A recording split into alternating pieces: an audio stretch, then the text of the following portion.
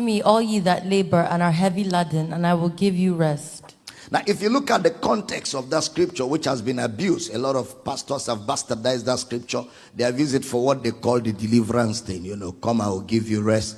And they said you need to be delivered from demons, from witches and wizards and all that. But the context of that statement, Jesus was talking about learning of the Father.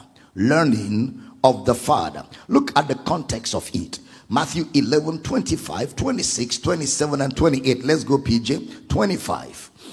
At that time, Jesus answered and said, I thank thee, O Father, Lord of heaven and earth, because thou hast hid these things from the wise and prudent, and hast revealed them unto babes. Next verse. Even so, Father, for so it seemed good in thy sight. You revealed them unto babes. Even so, Father, for so it seemed good in thy sight. 27 and 28. All things are delivered unto me of my Father, and no man knoweth the Son but the Father, neither knoweth any man the Father save the Son, and he to whomsoever the Son will reveal him. Next verse. Come unto me, all ye that labor and are heavy laden, and I will give you rest. Come unto me, all ye that labor, after he has said, no one knows the Father but the Son, no one knows the Son but the Father, and he to whom the Son will reveal him. Come unto me, all ye that labor and are heavy laden, I will give you rest. Now, what are you coming to him for? You're coming to him for the revelation of the Father. You're coming to him for the revelation of the Father, which means the rest is referring to here is learning or the revelation of the Father. That is the rest. All right. So verse 29 now. Give me verse 29 of Matthew 11. Take my yoke upon you and learn of me, for I am meek and lowly in heart, and ye shall find rest unto your souls. Take my yoke upon you and learn of me. Now, yokes are used for students and teachers. Students and teachers. The word zugos in the Greek. Zugos. Z-U-G-O-S. It's also used for animals. Animals. When you read the book of 2 Corinthians chapter 6 verse 14, it says, do not be unequally yoked together with unbelievers. For what fellowship hath righteousness with unrighteousness, and what communion hath light with darkness? Do not be unequally yoked together. The word heterozygos, unequal yoke. That is to be unequal blend. You have the master and the slave. You also have the law.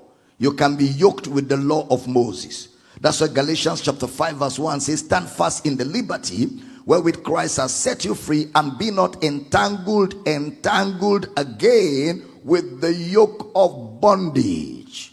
Entangled. That is, you are learning bondage. Entangled with the yoke of bondage means you are learning bondage.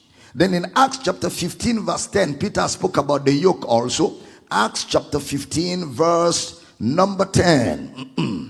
Now therefore, why tempt ye God to put a yoke upon the neck of the disciples, which neither our fathers nor we were able to bear? To put a yoke on the neck of the disciples. Now nothing is wrong with the yoke, but which our fathers, neither we nor our fathers were able to bear. Because disciples will bear a yoke. So it must be a yoke they can bear. Disciples will bear a yoke. Now, a yoke simply means responsibility that comes by association. A yoke simply means responsibility that comes by association. Responsibility that comes by commitment, loyalty, and following. Responsibility that comes by commitment, loyalty, and following. So a yoke simply means a responsibility that comes by association, commitment, loyalty, and following. So when he said unequal yoke with unbelievers, it means you are following and learning from unbelievers. Unequally yoked with unbelievers means you are following and learning from unbelievers.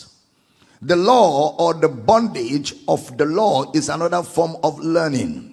It simply means you are following and learning the law of sin and death. Stand fast in the liberty wherewith Christ has set you free, and be not entangled again with the yoke of bondage. Stop following and learning the law of sin and death.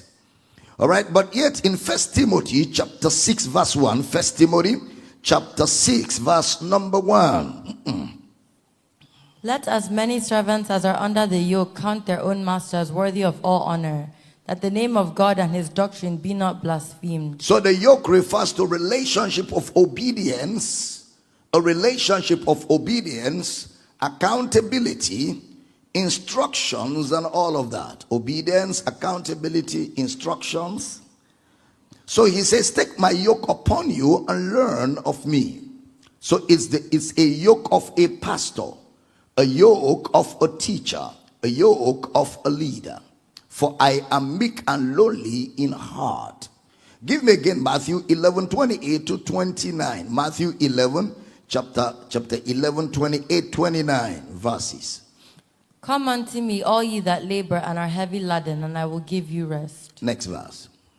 Take my yoke upon you and learn of me, for I am meek and lowly in heart, and ye shall find rest unto your souls. So talking about learning of the Father outside ceremonies. Learning of the Father outside ceremonies. Outside, systems of the law of sin and death. But by the revelation of the scriptures. Learning of the Father outside ceremonies, outside systems of the law of sin and death. Learning of the Father strictly from Genesis to Malachi. Learning of the Father strictly from Genesis to Malachi. So it's not a text for deliverance or a deliverance session in quote. The text here is learning of the Father, and that's the yoke, and that's the burden. My burden is light. So there's a burden and a yoke to bear. There's a burden and a yoke to bear in discipleship. There's a burden and a yoke to bear in discipleship.